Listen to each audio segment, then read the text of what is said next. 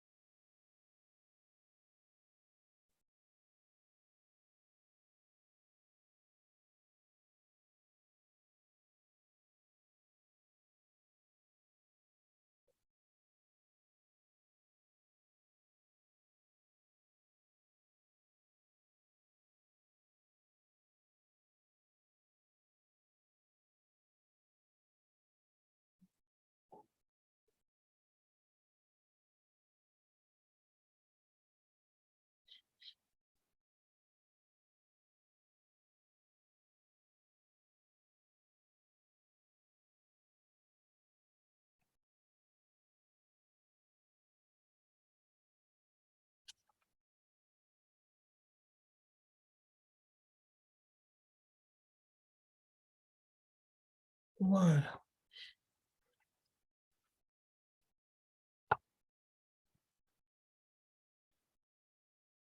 Donc maintenant,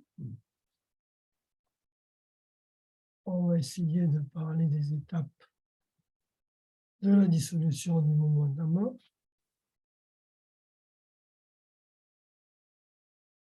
Parce que dans le bouddhisme, c'est identifié, donc il y a un certain nombre d'étapes qui sont codifiées et sans rentrer dans trop de détails, mais quand même un petit peu. Dans cette partie des enseignements est tirée des tantras. Donc c'est dans les tantras du bouddhisme qu'on a des explications sur le processus de la mort et comment ça se passe, particulièrement dans les tantras supérieurs. Donc, notre corps, bien sûr, il est formé. Nous avons un corps. Donc notre corps, il est formé aussi par des éléments grossiers du corps. Les éléments grossiers du corps qui sont la terre,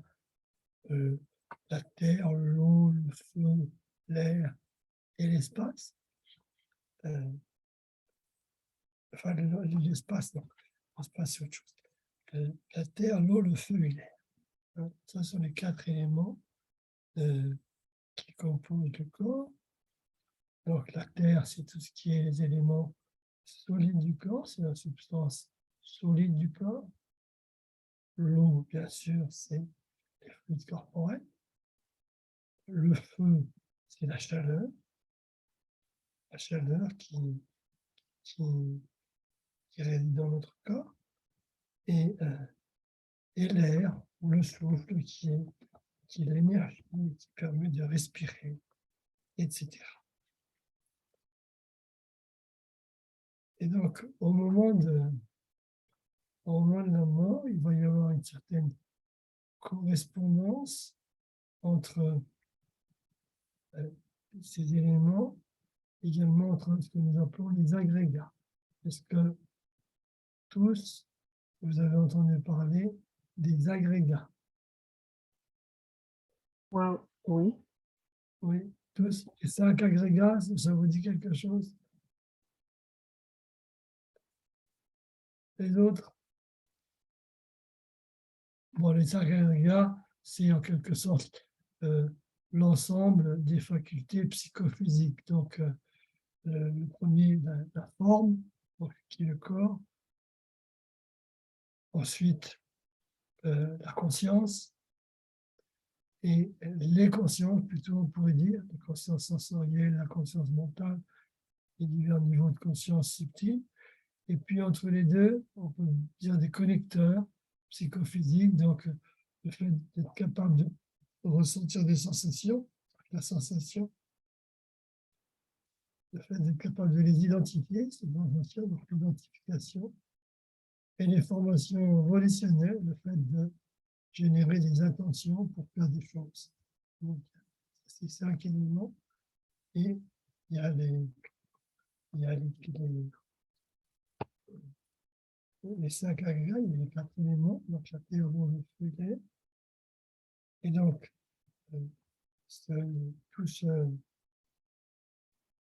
toute cette construction qui est ce moi, ce nous, cette construction, petit à petit, elle va se désagréger au fur et à mesure des étapes. D'abord, il y a donc une première... Et donc, au moment où ça se désagrège, je ne sais pas si à Jean j'arrive à mettre le papier correctement, c'est le bazar.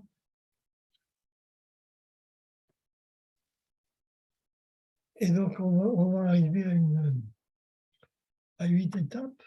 Donc, au cours de ces 8 étapes, toute cette construction va se désagréger. Et en même temps, il va y avoir des sensations, des choses qui vont se produire, soit extérieurement, soit intérieurement. Et donc, on commence par la première de ces étapes, qui est ce qu'on appelle la dissolution de l'élément terre. C'est-à-dire que ça correspond à la dissolution de l'agrégat de la forme. Donc, ça veut dire que tous les éléments solides du corps, tels que les os, les muscles, ils deviennent incapables d'accomplir leur fonction. Petit à petit, on perd de la force, les membres s'affaiblissent, ils deviennent plus maigres et il semble qu'on ait la sensation de s'enfoncer. Donc, le corps n'étant plus soutenu, on perd aussi petit à petit la capacité d'effectuer des mouvements. Et cela peut survenir même 1 an ou 2 avant la mort. Donc, c'est par cette étape-là qu'on peut expliquer peut-être certains états grabataires qui durent longtemps. Et également, progressivement, il est dit qu'on perd la faculté de voir. Donc, la vision devient floue, de plus en plus floue.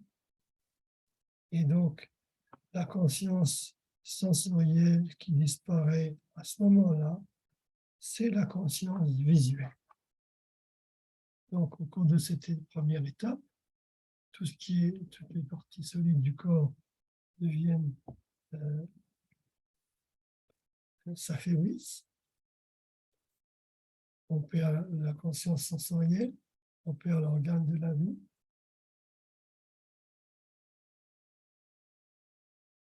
Et qu'est-ce que j'ai dit d'autre?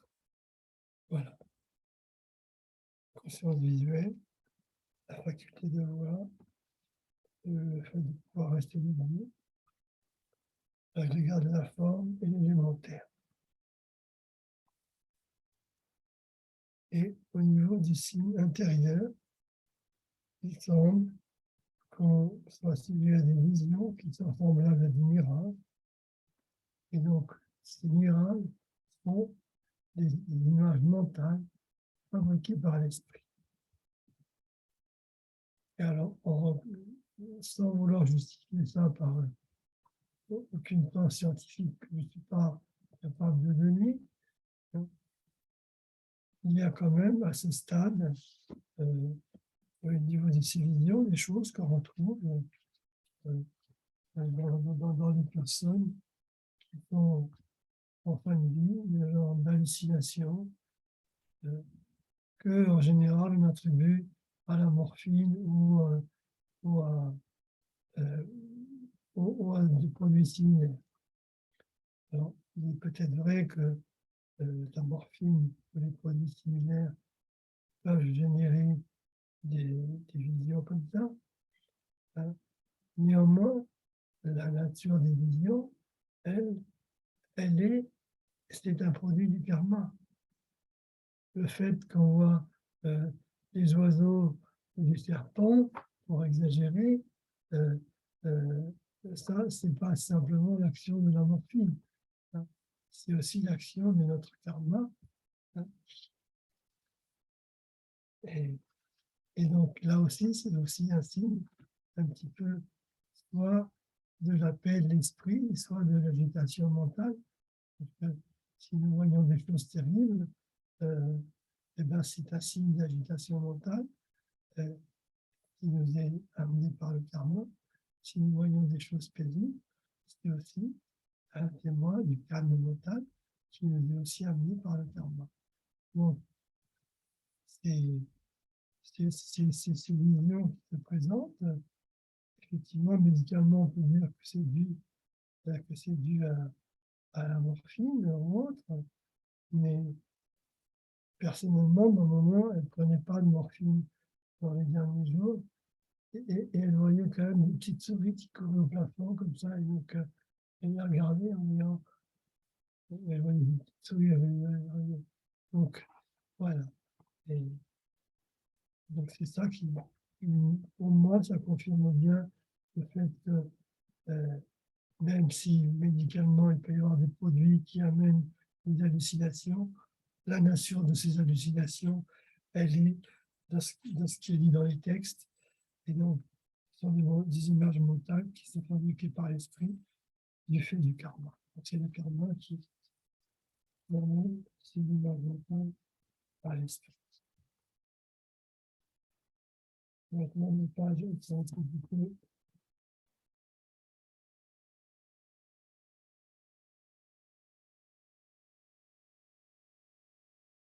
Maintenant, les pages sont d'abord. Voilà.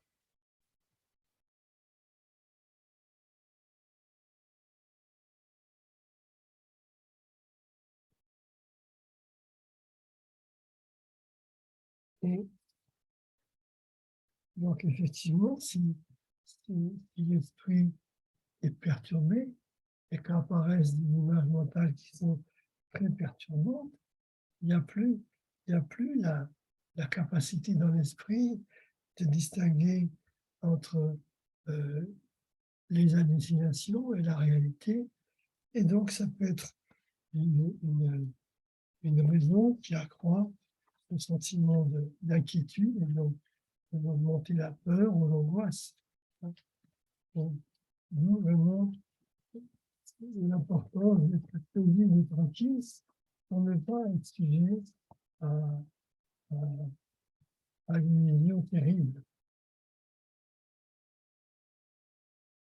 Alors, il dit aussi que ces étapes du moment de la mort, elles se produisent pendant l'endormissement de façon beaucoup plus rapide, mais pendant qu'on s'endort, on passe par ces étapes et également lorsqu'on éternue et également lorsqu'on s'évanouit. Et également durant l'orgasme. Mais là, je ne saurais pas donner d'explication.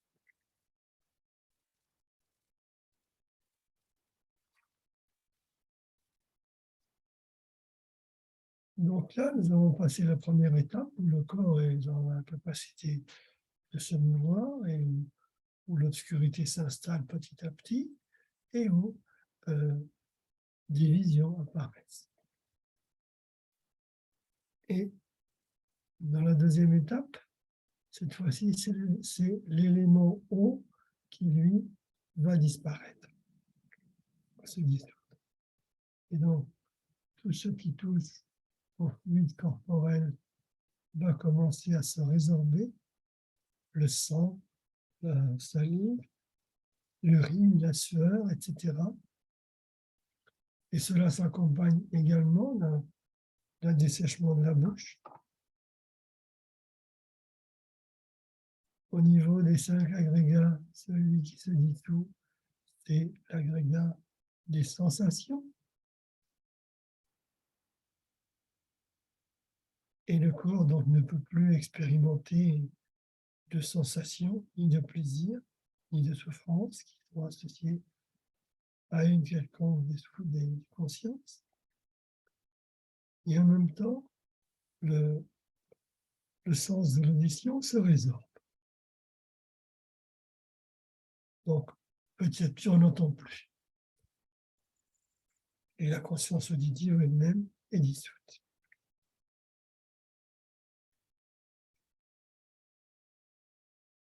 Donc jusque-là, on ne pouvait plus bouger, maintenant on ne peut plus non plus entendre, on ne peut plus non plus avoir de sensations, ni sourd, et en même temps, le corps se dessèche.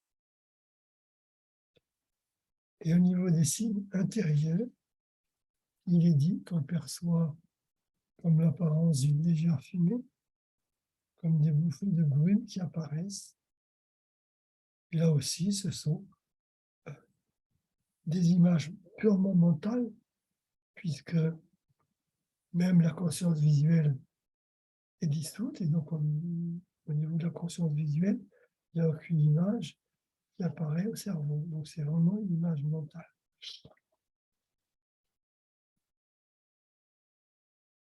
Et donc là aussi, passé à ce stade, on peut dire qu'on est aveugle et sourd, on est incapable de ressentir des sensations, Pour autant, on n'a pas encore perdu la capacité de discriminer et de vouloir. Et donc, on serait capable de se rendre compte de l'état dans lequel on est, et de se rendre compte que quelque chose ne va pas, on serait capable de s'y révolter, voire même de générer des pensées négatives. Et donc, c'est pour ça qu'il serait important d'avoir une certaine familiarité avec le processus, parce que à partir de là, on ne peut plus compter que sur nous-mêmes. Même nos amis, on ne peut plus compter sur eux, puisqu'on ne peut plus les voir et on ne peut plus les entendre.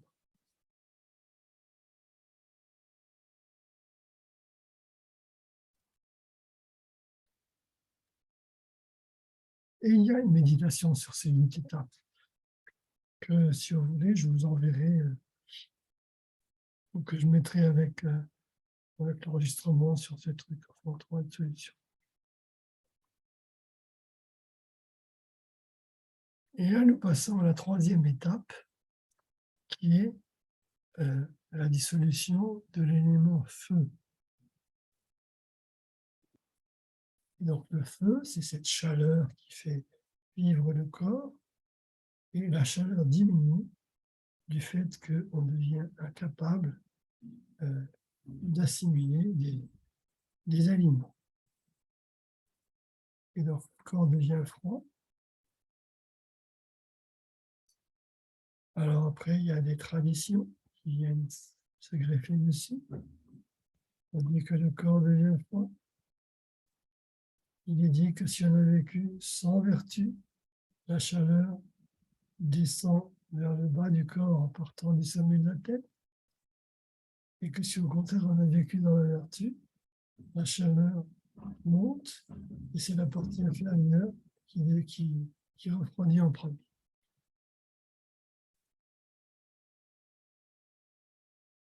À ce stade, on perd le souvenir. On ne peut même plus se souvenir du nom des franches.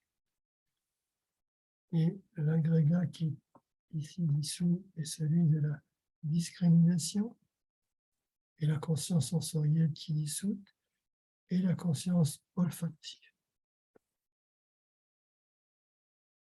Donc, dans cette 3e étape, le corps refroidit, on perd le souvenir, on ne se souvient même plus du nom des proches, on n'est plus capable de discriminer, et la conscience olfactive disparaît. Donc, on est de plus en plus isolé dans une bulle dans laquelle on est tout seul.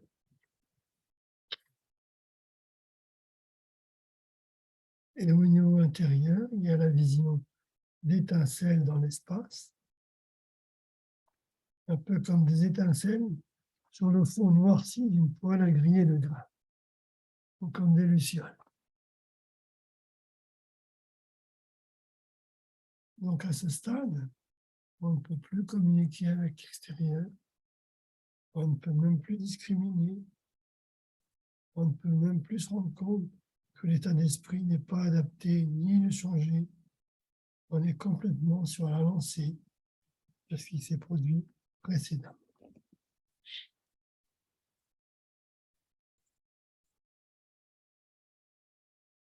Et là, enfin, on arrive à la 4e étape, qui est la dissolution de l'élément air. Donc, l'air, qui est le souffle, l'énergie, qui dirige les fonctions vitales, comme de respirer, de parler, d'avaler, de contracter ses membres, etc. L'air que l'on respire, c'est un des éléments de l'air, c'est un des éléments du souffle. Mais le souffle a donc bien d'autres fonctions, comme celui de parler, d'avaler, de contracter ses membres, etc. Et donc, l'air ou le souffle se résorbe. Et l'agrégat qui se dissout est celui des formations volitionnées, le fait de vouloir des choses. Le corps devient inerte, la langue s'éclaircit.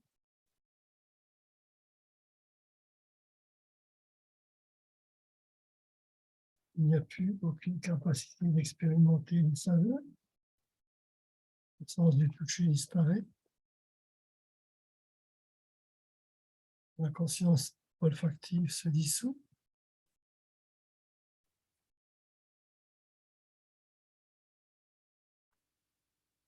Tout à l'heure, j'ai dit olfactif.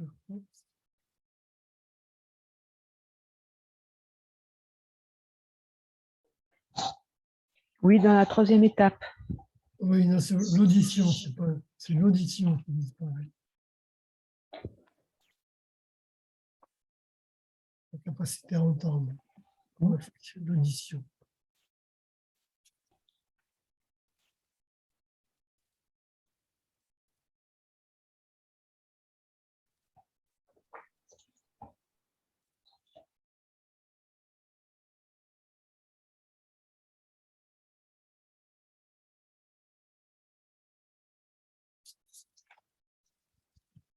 Ouais, je rectifie. En tout cas, voilà. Donc là, ici, on est arrivé à la quatrième étape.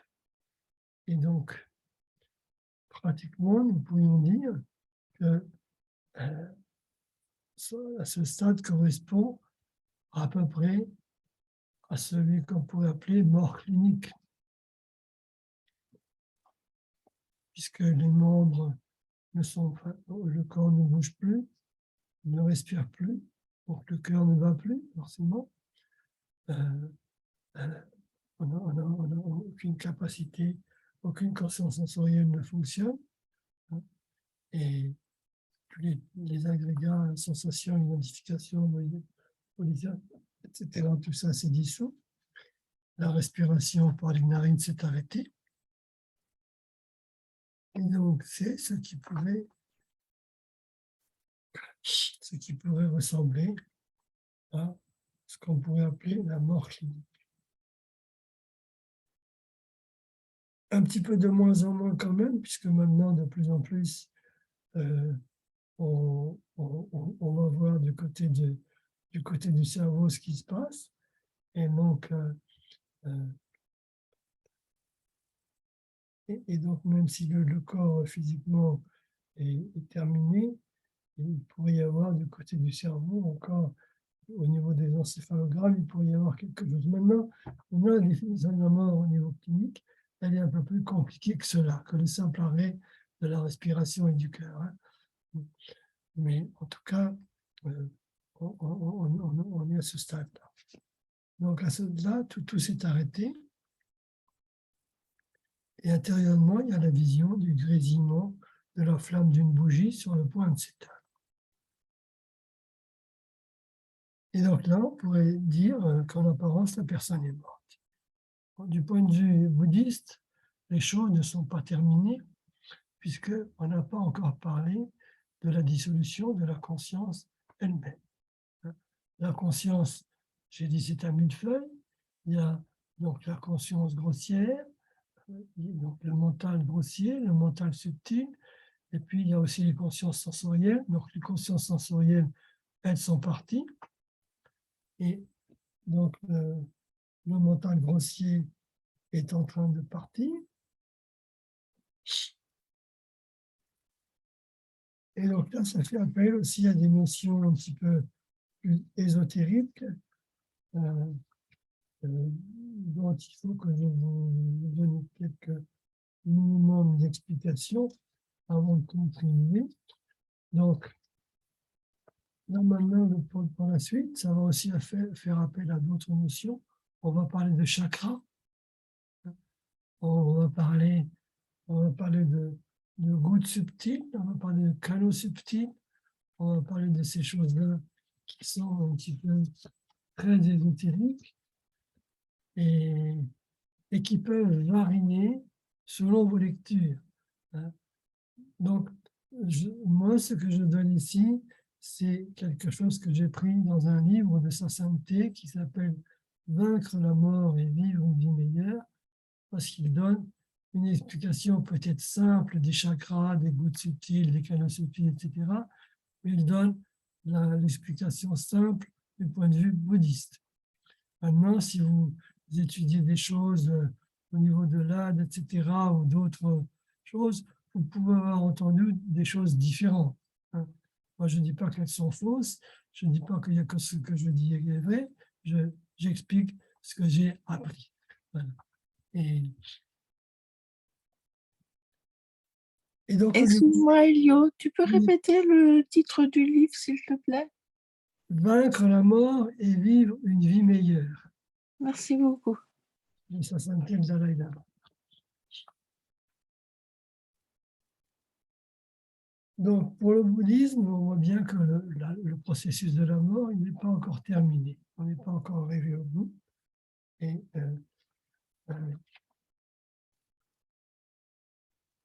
et donc, à ce niveau-là, il ne reste plus que la conscience dont il faille s'occuper. Et donc, ici, au niveau de la conscience, donc on va faire appel à plusieurs niveaux. D'abord, il y a un niveau subtil de la conscience, il y avait un niveau grossier qui était les consciences sensorielles. Maintenant, au niveau subtil, il y a cet aspect de la conscience qui est capable d'élaborer, de faire ses conceptions, qu'on appelle l'état des 80 consciences conceptuelles. Et puis après, il va y avoir des choses qui vont être des colorations, et donc des niveaux subtils, très subtils, etc. Et donc, on parlera donc de ça. On va parler également des canaux subtils. J'ai dit dans les tantras que le corps est composé de canaux. Certains sont grossiers comme les veines, les artères ou les nerfs, et d'autres sont subtils, et justement, ils appellent des canaux subtils. Dans le tantra de Kalachakra, par exemple, il est dit que nous avons 72 000 canaux subtils. Et là aussi, il y a des canaux principaux et des canaux secondaires. Et donc, ça, c'est un petit peu connu et tout le monde en a un petit peu connaissance. Donc, au niveau de ces canaux, il y a un canal central qui est un canal principal et qui fait tout un circuit en montant jusqu'à la tête, au sommet de la tête, et puis qui descend à la gorge, le cœur, etc. Et puis, le long de ce canal central, il existe des roues, des chakras, qui sont des endroits où les canaux latéraux se rattachent au canal central, des nœuds. Donc, dans ce processus du monde de la mort, on va énumérer les 6 chakras principaux, qui est le chakra de la grande félicité qui est au sommet de la tête, le chakra de la jouissance au milieu de la gorge, le chakra du cœur, qui est là, au niveau du chakra du cœur. Ensuite, le chakra de l'émanation, qui est un petit peu plus bas, au niveau du plexus solaire, et qui est le siège du feu intérieur. Et il y a des exercices de yoga spécifiques qui peuvent aider à travailler sur ce chakra du plexus solaire. Ça s'appelle Tummo, l'exercice du feu intérieur. Et ensuite, le chakra de la félicité suprême qui est à la base de la colonne vertébrale, et le chakra du milieu du joyau qui est au niveau de l'organe sexuel. Donc, il y a les 6 chakras que si on fait certaines pratiques tantriques, on connaît, hein, le chakra du sommet de la tête, le chakra de la gorge, bon, ça, on le connaît facilement. Le chakra du cœur, on en parle très souvent. Et donc, le chakra du cœur a cette particularité qu'il abrite les souffles subtils ainsi que l'esprit dans son aspect le plus subtil. Donc, le siège de l'esprit dans son aspect le plus subtil, ce n'est donc pas le cerveau, mais le chakra du cœur. C'est pas pour rien qu'on a donné une importance au chakra du cœur quand même. Et donc, pendant le processus de la mort, tous ces canaux latéraux qui enserrent le canal central au niveau des chakras se relâchent, ce qui permet progressivement la circulation de tous les souffles subtils à l'intérieur de ce canal central. Et donc, accessoirement, le déplacement des gouttes, etc., dont on va parler un petit peu, et on en parlera de façon superficielle. Il est dit dans les textes bouddhistes que ce n'est pas prudent de méditer sur les chakras sans en avoir reçu les instructions par des maîtres qualifiés parce qu'on pourrait générer des désordres. Donc, faire des travaux complexes sur des chakras simplement en ayant lu des choses, ça peut vouloir dire que c'est un petit peu risque. Ouais. Donc, ces souffles, on en a parlé. Et c'est un peu touffu ce que je dis là, peut-être. Hein. Ça va, c'est supportable. Bon.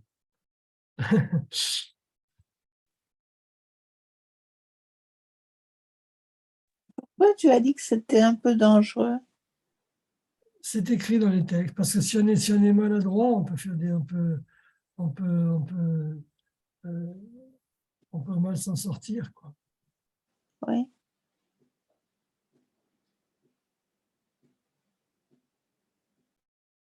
Alors, j'ai parlé des gouttes subtiles tout à l'heure. Alors, selon les tantras supérieurs, il existe différentes sortes de gouttes subtiles qui siègent dans les chakras. Il est dit qu'elles ont la taille d'une graine de moutarde. Certaines sont immobiles toute la vie et d'autres circulent dans les différents canaux et en fonction des temps, en fonction du moment de la journée, etc. Nous, on va retenir de tout cela, de toutes ces gouttes subtiles. Il y en a deux qui nous intéressent. Hein, deux gouttes. La goutte subtile blanche, qui est située sur le chakra du sommet de la tête, et la goutte subtile rouge, qui est située dans le chakra du nombril.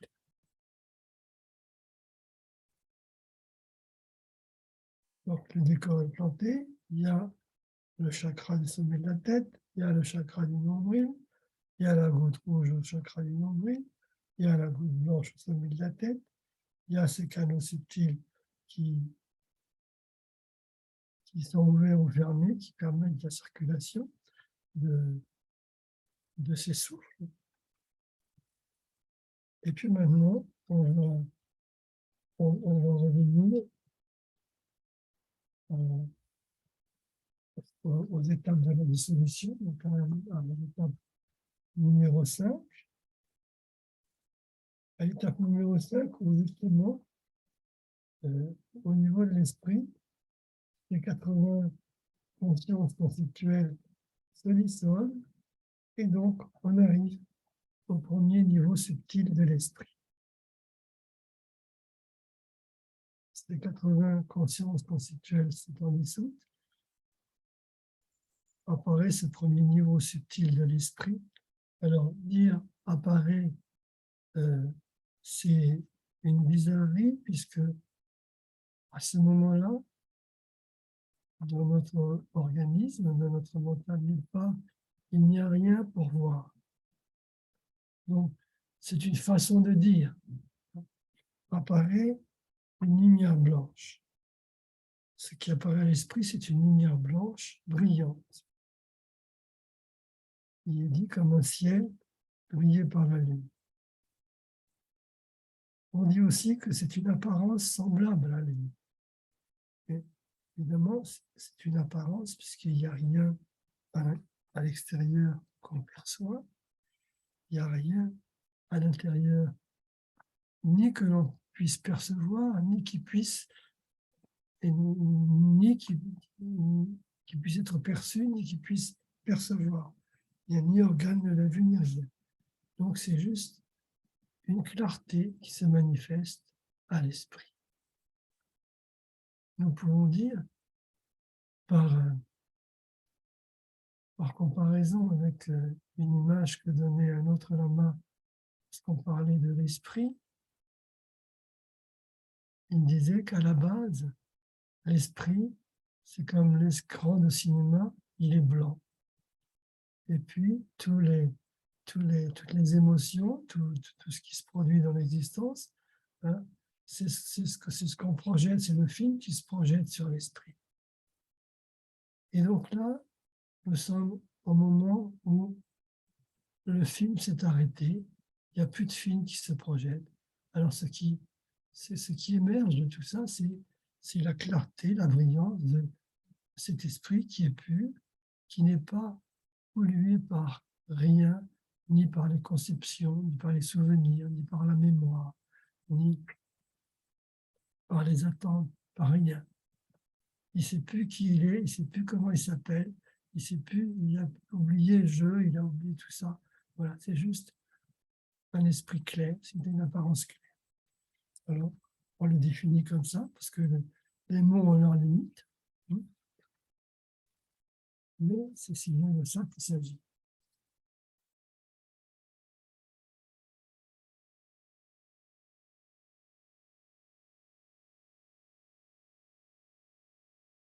Et en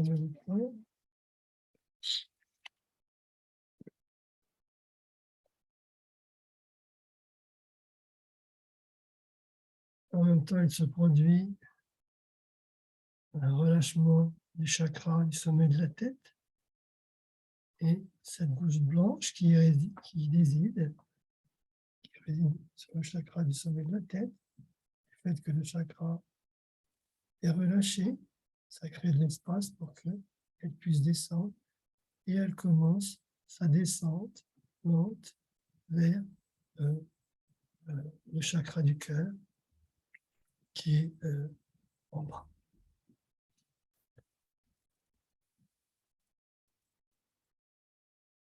Et quand cette goutte parvient au niveau donc, de ce chakra du cœur, c'est à ce moment-là précis qu'apparaît cette apparence blanche. Pardonnez le mot. Voilà. Donc les conceptions, si on veut reprendre le film, toutes les conceptions, toutes les consciences conceptuelles se dissolvent, le chakra du cœur se desserre, la goutte blanche descend jusqu'au-dessus du chakra du cœur, et là, cette apparence blanche se manifeste.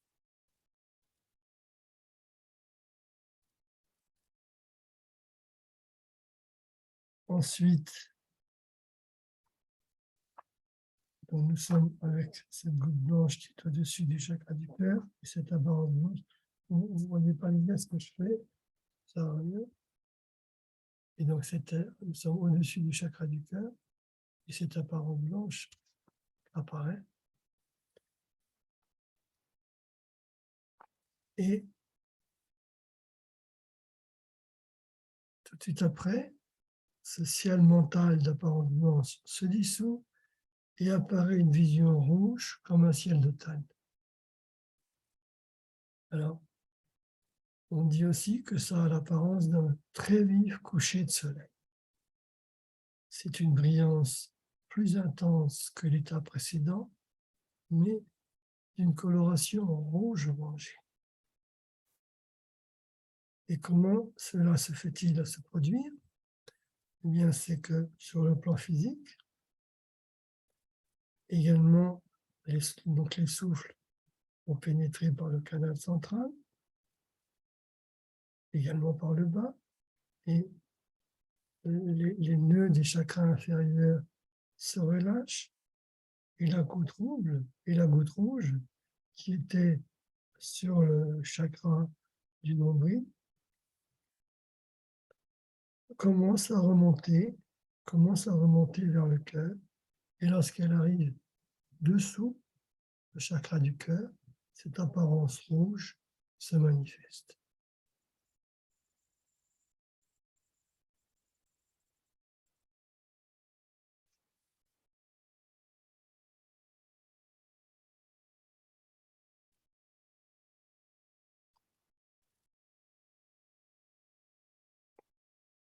Et donc nous sommes là avec, évidemment, la personne qui est décédée, elle n'en a pas conscience, hein. Sauf peut-être si on s'est entraîné à méditer dessus. Donc, nous sommes dans cet état avec cette goutte blanche qui est apparue et qui s'est manifestée, qui est descendue au-dessus du chakra du cœur. Maintenant, la goutte rouge est en dessous du chakra du cœur, avec cette luminosité rouge. Et maintenant, ce ciel mental rouge-orangé disparaît, se dissout, et apparaît un ciel noir profond. Et rien d'autre n'apparaît.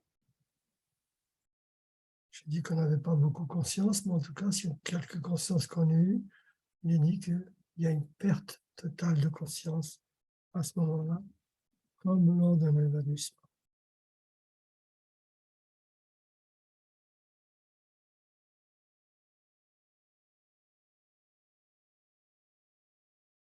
Et cela s'est produit parce que, au niveau du chakra du cœur, tous les nœuds qui sont formés par les canaux ont été relâchés, et donc la goutte blanche qui était au-dessus et la goutte rouge qui était en dessous se sont rejointes, et ces deux gouttes se sont rencontrées, et à ce moment-là, il y a un peu comme un court-circuit, le noir total et la perte totale de conscience.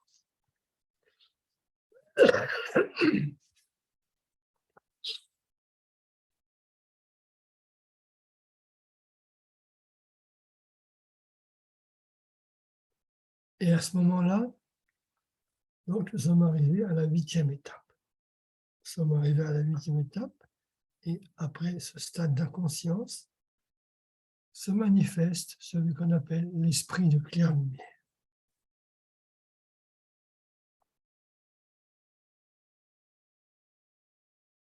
Et c'est une conscience libérée de tout facteur perturbateur, c'est une conscience qui est libérée de toutes les conceptions, c'est une conscience qui est libérée de tous les a priori, qui est libérée de toutes les erreurs.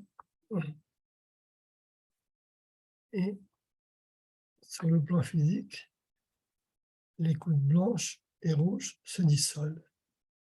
Et de même que tous les souffles qui circulent dans le canot se dissolvent.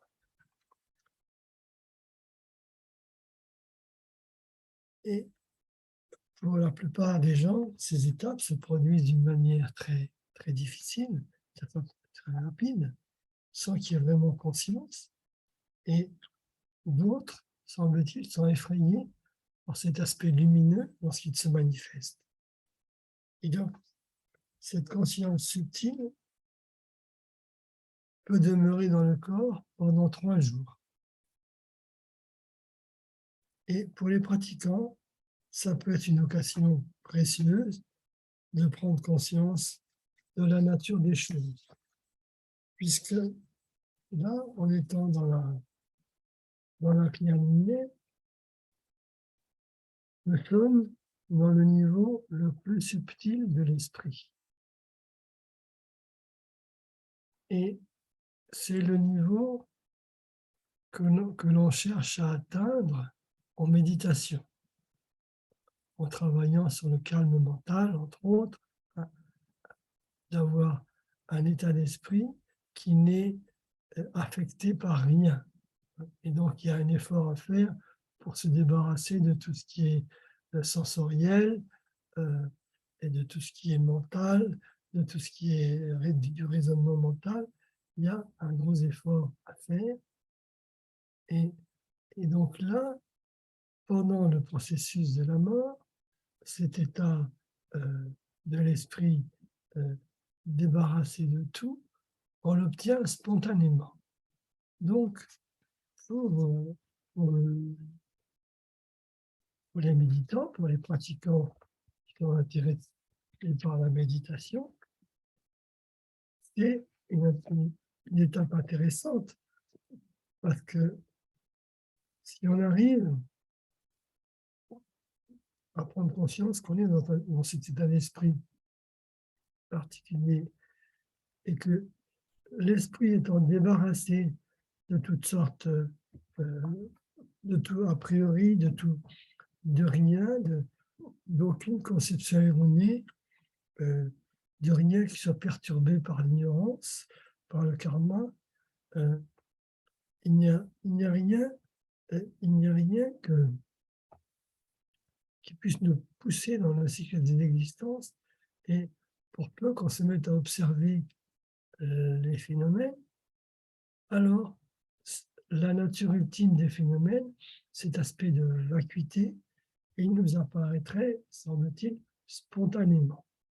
Et donc, c'est une façon pour les êtres de réaliser la vacuité.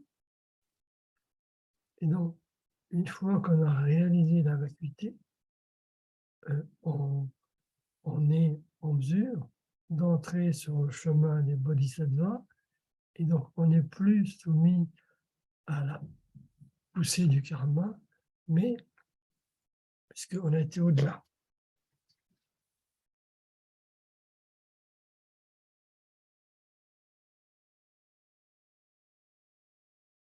Et donc, pour les pratiquants expérimentés, c'est une façon donc, de purifier tout le karma négatif par la réalisation de la vacuité. C'est une façon d'entrer sur le chemin des bodhisattvas, et donc c'est une façon d'éviter le cycle des renaissances. Et donc dans ce cas-là, ils vont renaître quand même, mais pas poussés par le karma, mais par volonté propre. C'est-à-dire que pour un individu ordinaire, une fois qu'on est dans l'esprit, dans l'état de claire lumière, dans la mesure où on n'est pas habitué à faire tout ce discours mental, on n'est pas habitué, il n'y a pas le réflexe de le faire, et donc bien souvent, il est dit, parce que je ne me souviens pas de la dernière fois que j'y suis passé, il est dit qu'on passe à côté sans s'en rendre compte, et donc on continue son chemin dans le bardeau, poussé par le karma qui était là à ce moment-là, et on va prendre une renaissance telle que le bardeau là dedans. Si par contre, on a reconnu l'esprit de claire lumière et qu'on a transcendé cette expérience, à ce moment-là, on est sur le chemin des bodhisattvas. À ce moment-là, on prend renaissance non plus parce qu'on est poussé par le karma de renaître dans tel lieu, dans tel endroit, mais on prend naissance par compassion pour les êtres, pour retourner dans le samsara, pour les libérer de leur souffrance. Donc, vous voyez que c'est une immense réalisation qu'il est possible d'obtenir par le processus de la mort. Donc, ça suppose aussi qu'on se soit habitué au fil des jours à faire cette méditation sur les étapes de la dissolution,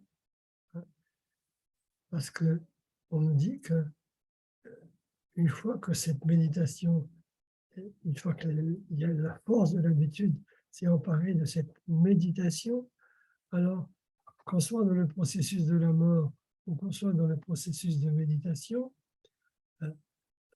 mentalement c'est pareil, Et donc, les diverses méditations s'enclenchent et on enclenche la méditation sur la claire lumière d'une façon spontanée.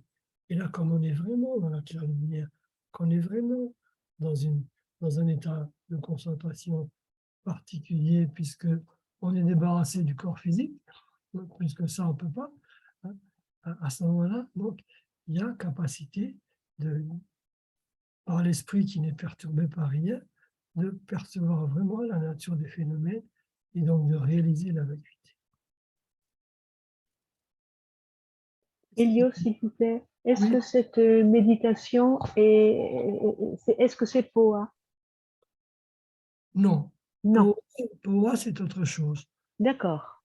Poa, c'est lorsque, lorsque le moment de la mort est arrivé et qu'il y a des incertitudes sur le fait que ce soit paisible. Donc, si on peut, un amas qualifié peut aider à l'éjection de la conscience dans une terre pure.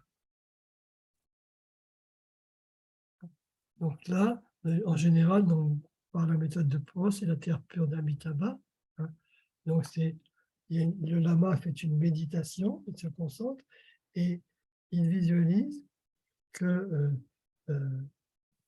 avec tout un attirail lumineux, euh, la conscience du, la conscience du mourant puisse s'en aller dans le cœur d'Amitabha. Parce que en renaissant dans une terre pure, là aussi, c'est un endroit extraordinaire pour avoir des réalisations spirituelles. Hein. Et ce sont des endroits où la vie est plus simple, il n'y a pas de souffrance. Mais ce sont deux choses séparées. Hein. D'accord, merci. Et donc là, on a un petit peu décrit les étapes du processus. Donc, évidemment, dans le meilleur des cas, on attrape le jackpot et on met à profit le passage par la claire lumière pour la reconnaître, méditer dessus et obtenir des réalisations. Autrement, eh bien, on continue dans le bardeau et on est poussé dans le bardeau par, par le karma qui a mûri au moment de la mort, par cette empreinte karmique primordiale qui nous aura poussé dans une direction spécifique du samsara, oui, du samsara. Et donc, on va entrer dans le bardo, qui est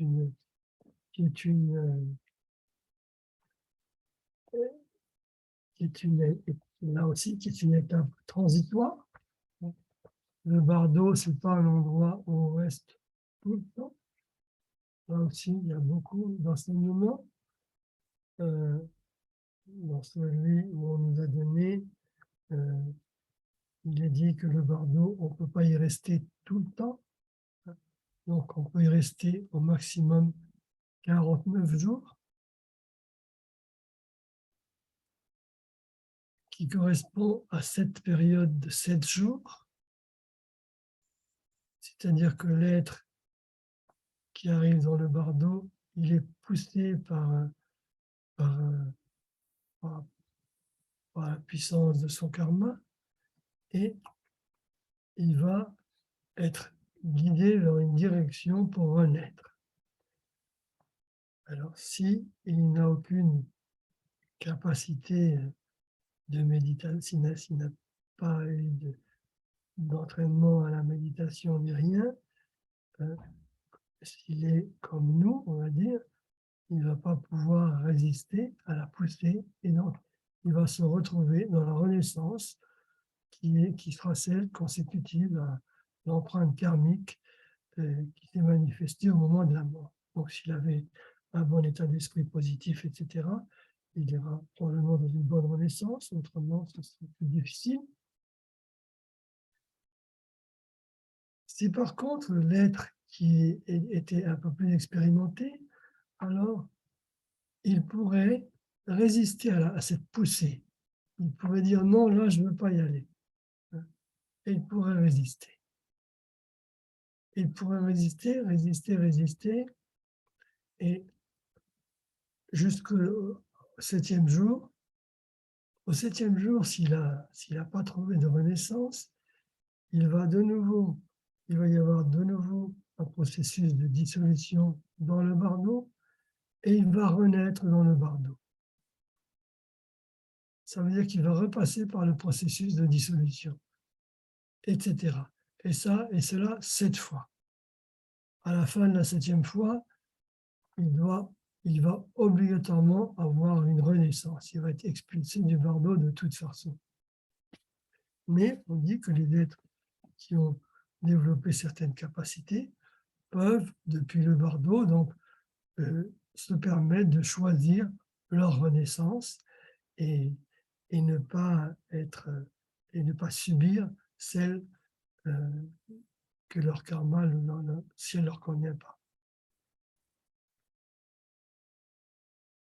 Et donc ensuite, l'être, au bout du 49e jour, et donc il quitte le bardeau et il se retrouve dans une existence, dans une des existences possibles, qui est donc soit être humain, soit demi-dieu, soit Dieu, soit créature affamée, soit être des enfers, ou soit animal. On schématise ça généralement par 2 types de renaissance. La renaissance supérieure, être humain, demi-dieu et Dieu. Les demi-dieux et les dieux à longue vie ont des vies très paisibles, très agréables. Et les royaumes inférieurs, c'est-à-dire les créatures affamées, les animaux et les enfers. Donc, dans les royaumes inférieurs, on a coutume de dire que la souffrance, il y a plus de souffrance que de plaisir. Dans les royaumes inférieurs, dans les royaumes supérieurs, il y a plus de plaisir que de souffrance. Et dans les royaumes inférieurs, il y a plus de souffrance que de plaisir. Et on dit aussi que s'il est souhaitable de renaître quelque part, il est souhaitable de renaître en tant qu'être humain. C'est pour ça qu'on parle de précieuse renaissance humaine. Parce que en ayant une renaissance telle que les dieux à longue vie, par exemple, ou même les demi-dieux, la vie est agréable, la vie est facile, et donc il n'y a pas, il n'y a rien qui nous pousse à avoir une préoccupation spirituelle. Alors qu'en tant qu'être humain, il y a suffisamment de bonheur pour avoir l'ouverture mentale vers la recherche spirituelle, et il y a suffisamment de souffrance pour constater que la souffrance existe et donner envie d'y échapper. Donc, et les royaumes inférieurs, par contre, ce sont des royaumes où la souffrance est tellement forte qu'il n'y a pas d'autre, il n'y a pas d'autre possibilité de faire quoi que ce soit que d'être victime de cette souffrance. Donc, le seul mode de renaissance qui soit enviable, c'est la précieuse renaissance humaine, parce que du fait que plaisir et souffrance s'équilibrent, c'est là où nous avons la possibilité de cheminer sur le chemin spirituel et d'obtenir des réalisations.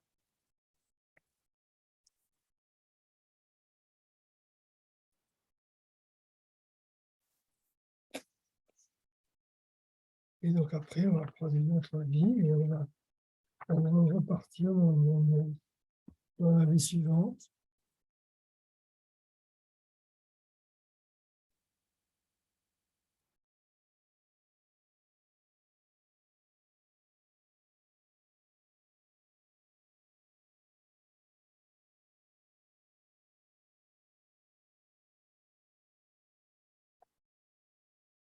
Donc,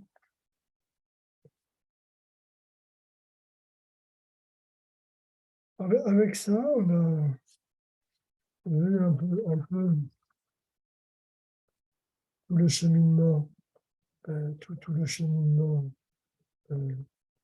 jusqu'à la mort. Et donc, on comprend peut-être un peu mieux le sens que peut avoir pour nous autres bouddhistes le fait de venir en aide aux mourants, quelle que soit leur croyance religieuse, parce que par notre aide, qu'on soit proche ou pas, euh, par l'aide qu'on peut leur apporter, ça peut les aider à, à, à avoir ou à conserver ou à obtenir un état d'esprit paisible qui est indispensable pour parcourir sereinement le, le processus de dissolution. Autrement, on est vraiment sous l'emprise des empreintes karmiques les plus hasardeuses et on dit qu'on est dans ces situations comme une coquille de noix dans un torrent de montagne. Hein. On a, à notre niveau, on n'a pas beaucoup de possibilités, donc euh, il faut espérer que notre bon karma soit suffisant pour nous pousser vers une bonne renaissance spontanément, de façon à l'obtenir. Est-ce que sur ça, il y a des questions avant qu'on arrive à la fin?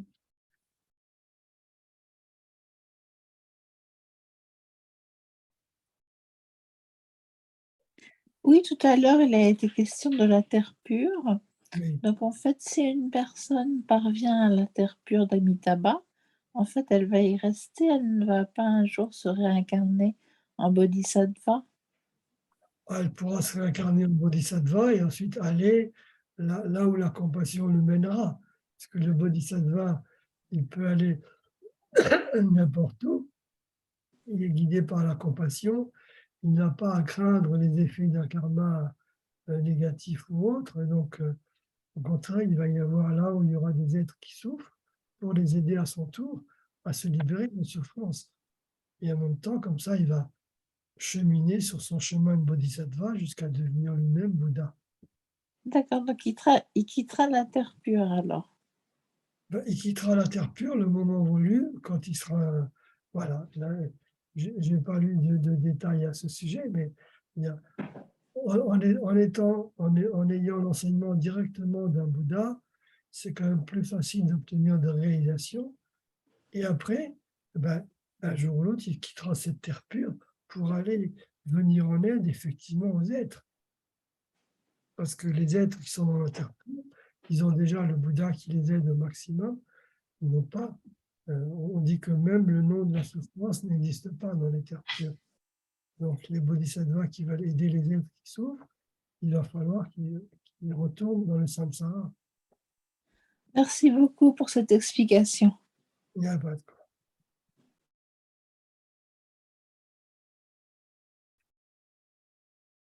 Donc, le but de cette journée, c'était donc d'expliquer un peu comment accompagner les personnes en fin de vie.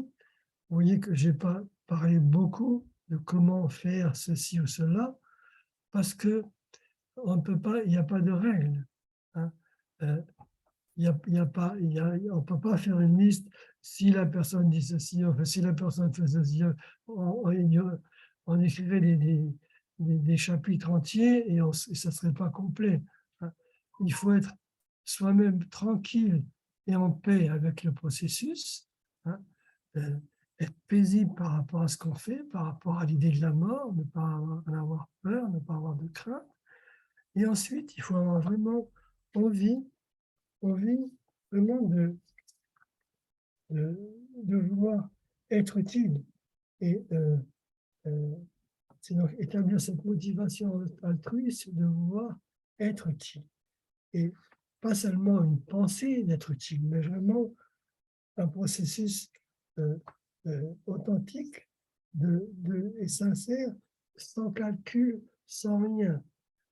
Je pense que si on va vers les autres comme ça, pour bien faire ou pour paraître, il d'abord, on se rendrait vite compte que notre attitude serait déplacée. Et puis, je pense que les gens qui sont dans ces situations, dont le seul besoin, c'est la vérité, l'authenticité, l'empathie, s'ils se trouvent pris pour cible dans des préoccupations mondaines, vraiment, ils le sentiraient et ça serait pas, euh, ça serait faussé. Je dis, je dis, il s'agit vraiment modestement de vouloir vraiment donner un tout petit peu de soi pour, pour l'autre. D'ailleurs, bon, si on va dans les hôpitaux, je veux dire, ou si on va aider les personnes, soit qu'on a des amis, des personnes proches qu'on connaît, et on y va à ce titre, euh, et donc on y va par empathie, on n'y va pas euh, pour faire bien, parce que comme ça la voisine dira qu'on est des gens bien, hein, hein. Mais si on a envie de faire ça, l'autre façon de le faire, c'est de devenir bénévole en soins palliatifs. Et pour devenir bénévole en soins palliatifs, vraiment, il faut avoir cette motivation. Parce que si la motivation n'est pas juste, si elle est faussée par l'intérêt,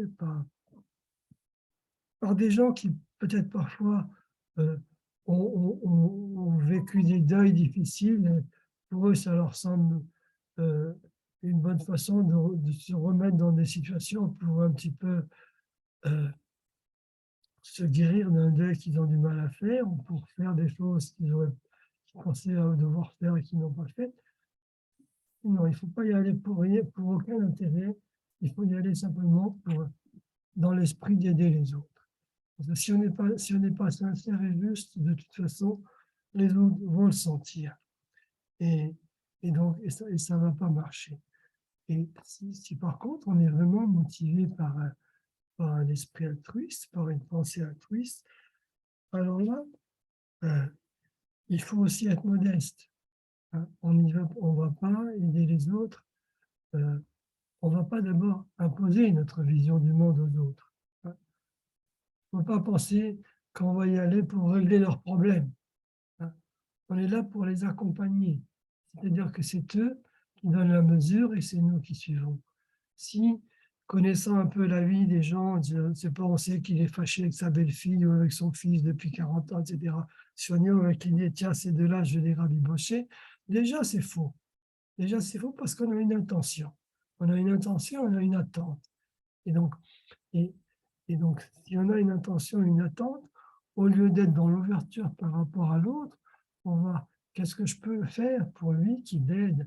Qu'est-ce que je peux faire pour l'amener sur du positif au niveau de l'état d'esprit? Si on est dans une attente, on sera en train de guetter tous les signes de cette attente et on ne verra rien d'autre et donc on va passer à côté de plein de choses. Donc vraiment, il faut qu'on soit modeste par rapport à nous-mêmes parce que même pas. Quand on est bénévole, parfois, on peut aller dans une chambre où, si on est bénévole, on est affecté dans un établissement, donc voilà, on est affecté dans un service, il y a tant de chambres, et bon, et on fait le tour, on se présente, il y a des façons de faire, on vous les apprendra, il y a des associations qui font ça, et euh, bon, on peut, avec plein de bonne volonté, plein d'enthousiasme, rentrer dans une chambre, et puis on va peut-être vous envoyer bouler. Peut-être on vous dira même, c'est pas le moment, hein. Et donc, ça, ben, il faut être prêt à l'accepter, hein. Et il faut être prêt à l'accepter sans... Et d'ailleurs, si on n'était pas dans l'attente d'un résultat, si on n'est pas dans l'attente d'un résultat, on n'est pas vexé par le fait que nous envoie bouler ou qu'on nous ignore ou qu'on ne nous donne pas l'importance que nous pensons que nous pourrions avoir, tous ces genres de bêtises, hein. Vraiment, dans l'association où j'étais, la devise, c'était pas de projet et pas d'attente. Donc, on y va vraiment en se disant, voilà, j'ai mon après-midi à offrir ici, j'y vais. Et puis, si les gens prennent, tant mieux. S'ils ne prennent pas, c'est bien quand même. Et Et donc, le psychologue, d'ailleurs, qui m'a suivi, il disait, vous ne savez pas de ce que vous faites, ce que les gens prennent de vous et qui les aident. Et peut-être le fait, peut-être même par rapport à un patient qui peut pas envoyer promener personne, il peut pas envoyer promener l'infirmière, ni l'aide-soignante, ni la femme de ménage, ni le médecin, ni l'anesthésiste. Il peut envoyer en promener personne. Alors, le bénévole, ça lui offre le luxe de dire non, merci, j'ai pas besoin. Et même ça, c'est un luxe. Et ça, même si la personne n'en fait rien, quelque part, elle aura perçu cette disponibilité dont elle n'a pas voulu, mais qui est là et qui ne demande pas.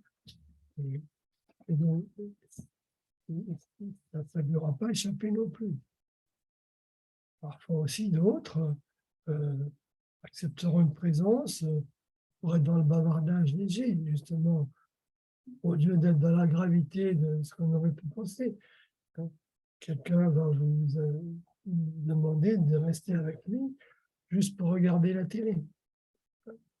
Pour qu'il puisse dire, t'as vu qu'il a fait, non, je suis sûr que ceci, pour qu'il puisse faire les commentaires que peut-être il faisait chez lui avec quelqu'un et que là, tout seul, il a du mal à les faire. Non, il aura besoin de quelqu'un qui lui serve,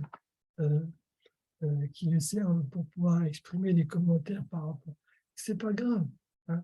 On est là, si on choisit d'être bénévole dans des situations de fin de vie, ou si on va visiter spontanément des gens, on est là pour leur apporter un peu de l'air du dehors, un peu de calme, si on peut, un peu d'apaisement. Si on peut les aider, tant mieux. Mais voilà, le tout, c'est d'abord les seconder, les aider à cheminer. Et petit à petit, en parlant, on peut arriver à faire sortir des situations compliquées, des choses qui peut-être nous satisfont plus parce qu'on aura l'impression d'avoir servi à quelque chose. Mais encore une fois, on ne peut pas dire qu'on a servi à rien parce qu'on ne sait pas dans le temps qu'on passe là, qu'est-ce qu'on a pu dire et qui aide et qui soulage ou qui réconforte ou qui aide à prendre patience. Donc, voilà l'attitude euh, pour, pour, le fait d'accompagner des personnes en fin de vie, c'est d'essayer autant que possible de susciter en eux des états d'esprit positifs en, en faisant remarquer les choses positives lorsqu'elles sont dites, en essayant de ne pas trop les laisser s'alourdir sur certaines négativités quand elles sont mises en évidence. Et bon, si elle se souvient d'actions négatives, bon, euh, on peut spécifiquement l'aider sur ces points particuliers, mais ne pas vouloir forcément l'entraîner sur un chemin où elle n'a pas envie, si elle n'a pas envie.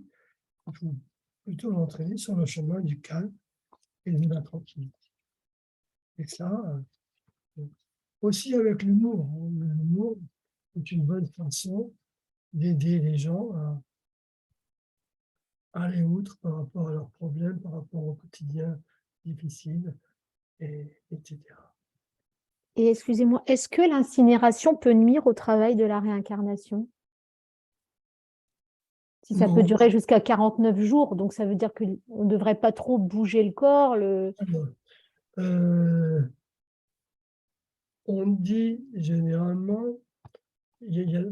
on dit généralement qu'il faut que la conscience peut quitter le corps, parce que ce n'est pas parce que la personne est dans le bardeau qu'elle n'a pas quitté son corps. Hein.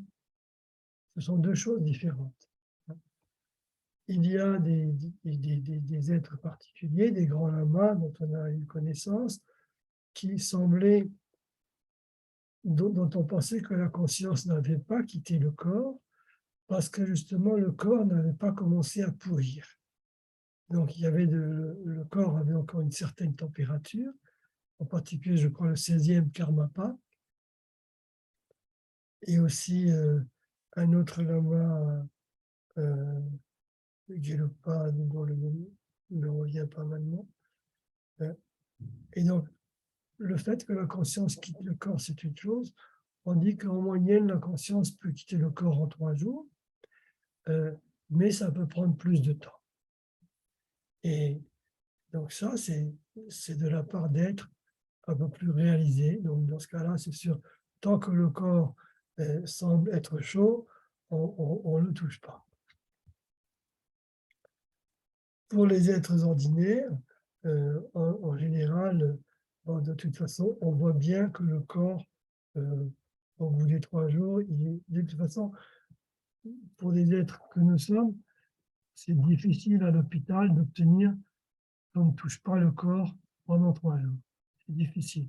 Je ne sais pas s'il y a des soignants dans l'assemblée, mais ils ont des choses à faire qui ne peuvent pas attendre 3 jours. Justement, prendre des précautions, boucher les orifices, etc. Ils ont tout un protocole à respecter. Donc, c'est difficile d'obtenir que les gens ne soient pas touchés pendant 3 jours.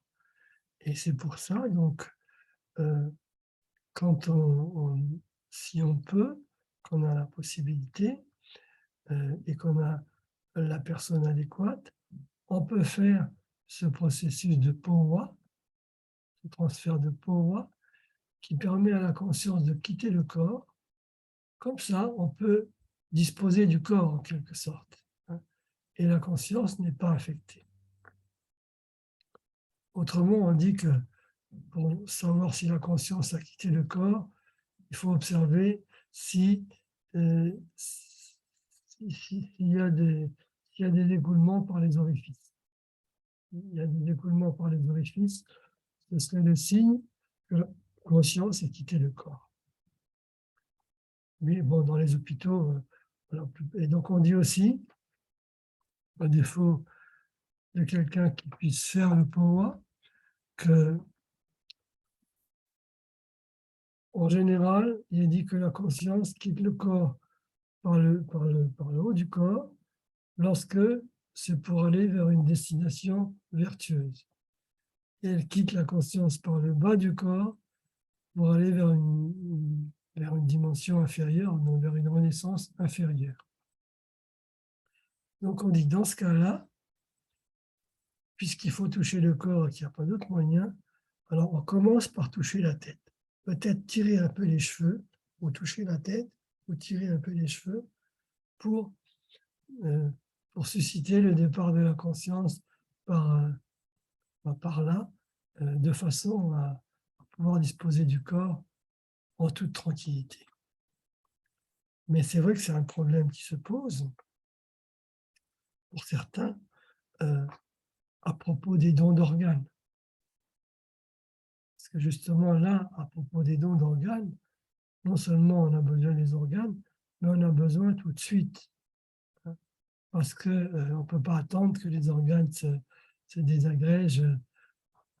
Et donc là, il y a Dakpo Rinpoche, il avait donné plusieurs possibilités. Il disait, si on pense qu'on est capable de transformer soi-même le processus de la mort en expérience spirituelle, donc si on s'est un peu entraîné à méditer, qu'on a familiarisé avec toutes ces méditations, alors il dit, si on pense qu'on est capable de transformer, alors c'est justifié de ne pas donner ses organes. Parce que vous savez qu'on est tous donneurs en puissance, sauf si on le déclare. Mais enfin, en général, les soignants ont du mal à aller contre la vie de la famille lorsqu'ils s'opposent à des prélèvements. Donc, le mieux, c'est de laisser des écrits qui facilitent ces décisions. En tout cas, Dakpo Rinpoche disait que si on pense que honnêtement, on se sent capable de transformer ce processus en expérience spirituelle, donc dans ce cas-là, c'est justifié de ne pas donner ses organes. parce qu'on pourra être plus utile aux êtres en aboutissant ce processus. Après, il dit, mais si on pense qu'on n'est pas capable de transformer le processus en expérience spirituelle, parce qu'on n'est pas habitué, parce qu'on n'a pas beaucoup médité, alors il dit, le mieux c'est de donner. Le mieux c'est de donner parce que de prendre la décision de donner, c'est un acte de générosité. Donc donner son propre corps, c'est un acte de générosité. Et je crois qu'en donnant son corps, à supposer qu'il soit utilisable, ça peut sauver 5 vies, enfin ça peut aider des tas de gens. Et donc, dans ce cas, autant donner, parce que même si on devait aller dans les enfers du fait de, réactions qu'on aurait ressenties au moment du prélèvement, et parce que tout n'est pas complètement terminé, etc., si on devait aller dans les enfers, on y resterait très très peu, tellement on a de mérite à vouloir le faire. Et puis il disait aussi, même si on pense qu'on est capable de transformer le processus, mais que par compassion, on décide que de toute façon, on donnera ces organes pour que des êtres puissent en bénéficier, alors les mérites sont immenses. Et voilà, donner donc ces 3 possibilités. Et pour revenir sur la crémation, donc la crémation, normalement, elle intervient lorsque la personne est morte.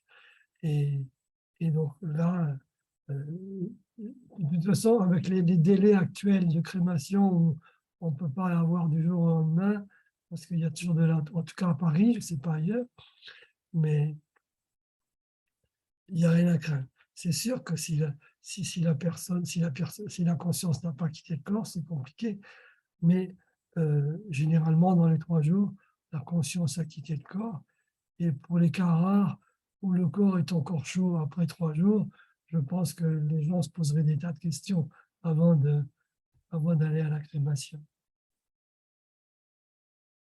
Mais la crémation, c'est le moyen le plus spontané pour les bouddhistes. Hein. C'est pas nécessairement le plus soft. Hein.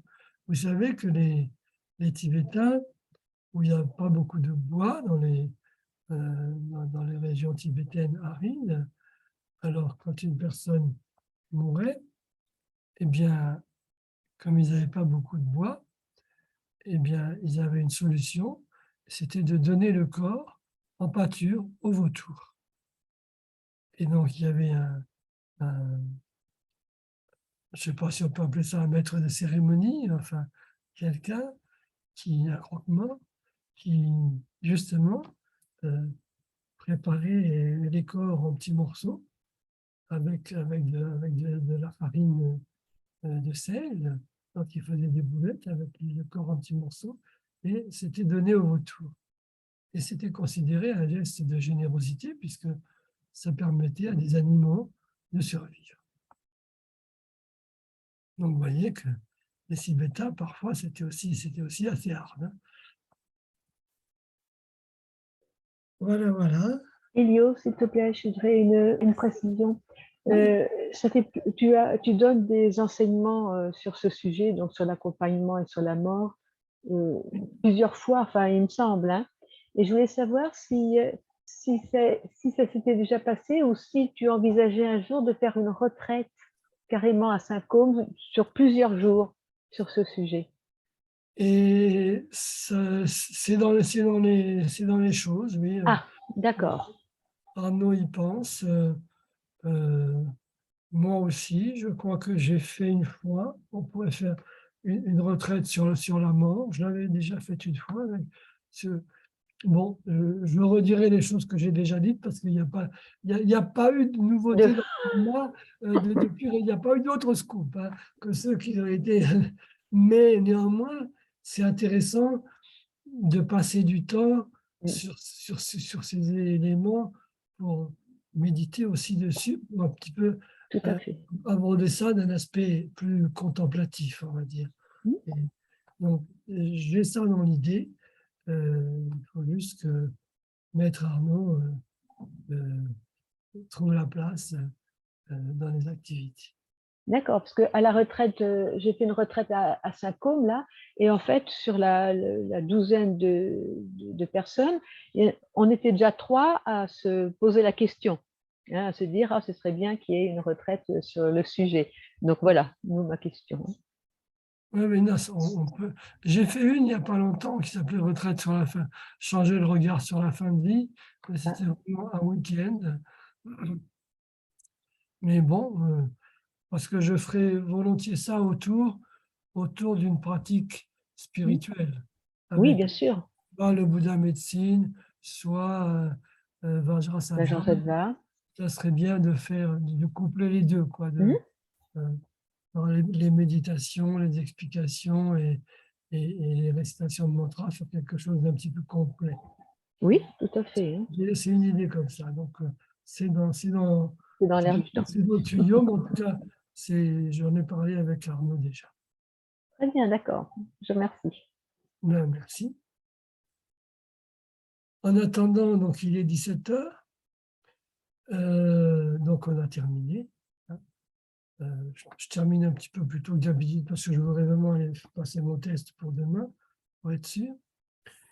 Et donc, je pense que j'ai vos emails et donc je vous enverrai le lien pour savoir où je vais ranger ça pour l'enregistrement et peut-être mettre